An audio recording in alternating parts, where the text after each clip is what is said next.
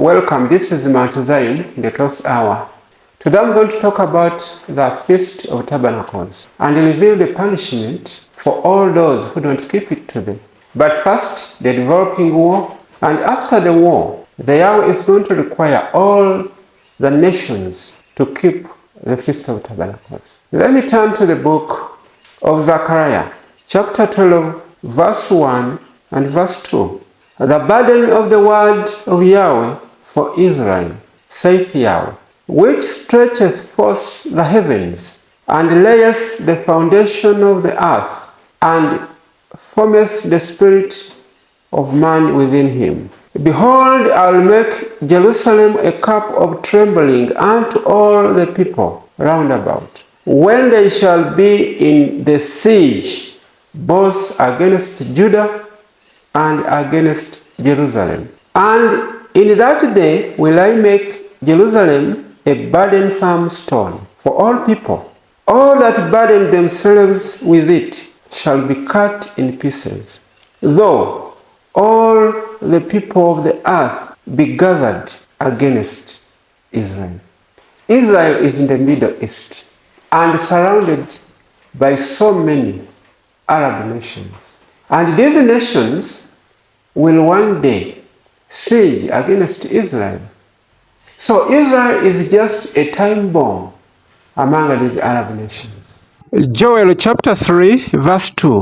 I will also gather all nations and will bring them down into the valley of Jehoshaphat, and will plead with them there for my people and for my heritage Israel, whom they have scattered among the nations and parted my land.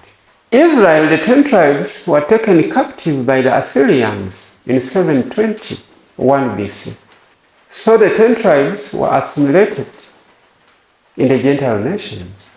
Judah, the 2 tribes, during the persecution, had to escape. Some went to Germany, others went to Russia. Just a few have returned to Jerusalem, and the one we see today as the Jews. But most of the tribes of Israel are still in the nations. They have never been gathered back into their own land. And because the Yahweh says, the time the children of Israel were taken into captivity, these nations in the Middle East parted the heritage of Israel.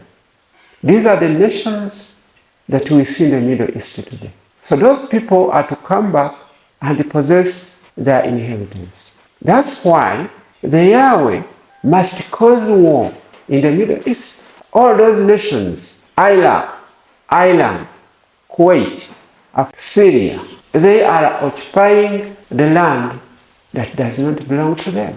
What do you think the Yahweh would do to take those people out of that land so that the rightful owners can possess it? Is it simply tell them that get out of the land? Tell me what you think in the comment section. Verse 2. For I will gather all nations against Jerusalem to battle, and the city shall be taken, and the houses rifled, and the women lavished, and half of the city shall go forth into captivity, and the residue of the people shall not be cut off from the city. The Yahweh is going to put it in the mind of all these Arab nations surrounding Israel to make a siege against Israel. And at that very time, the Yahweh will make Jerusalem a burdensome stone and beat all the people of the world gather against Israel. The Yahweh will destroy them all. So this war is on the horizon as we speak today. And how does this war concern you anyway today? Verse 3. Then shall the Yahweh go forth and fight against those nations, as when he fought in the day of battle. This reminds us of the time when Israel was returning to Palestine during the days of Joshua. So Yahweh is going to go forth and fight against the nations surrounding the Middle East. These islands, Iraq, Syria, and the rest of the Arab nations in the Middle East shall the Yahweh fight against all of them to get rid of them from the inheritance of Isaac. Verse 16. And it shall come to pass that everyone that is left of all nations which come against Jerusalem shall go up from year to year to worship the King, the Yahweh of hosts, and to keep the Feast of Tabernacles. This is also enough evidence to show that the Feast of Tabernacles was not nailed on the cross, as some people claim that the feasts of the Jews were taken away by the death of our Savior. Never. So this is yet in the future to be fulfilled. All nations have never gathered against Israel to fight, but it's yet to come. It's yet to pass. So we're only watching the development of this war as we see the tension in the Middle East. So the tension is building up the last war that is going to be fought on this earth, which is going to involve almost all nations. Verse 16.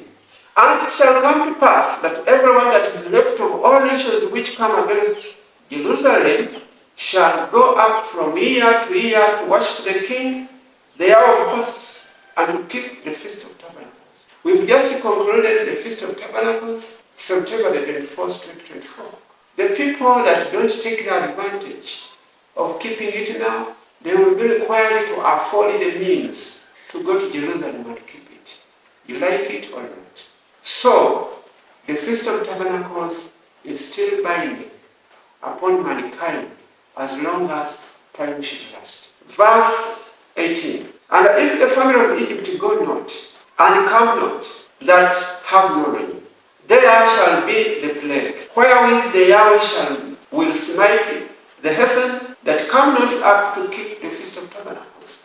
The heathen nations and the Gentile nations. No nation will be excluded. So this prophecy is pointing in the future yet to be fulfilled, which is positive evidence that the Feast of Tabernacles was not nailed on the cross. So tell me what you think.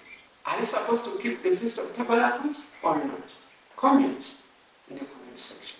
Thank you for watching as always.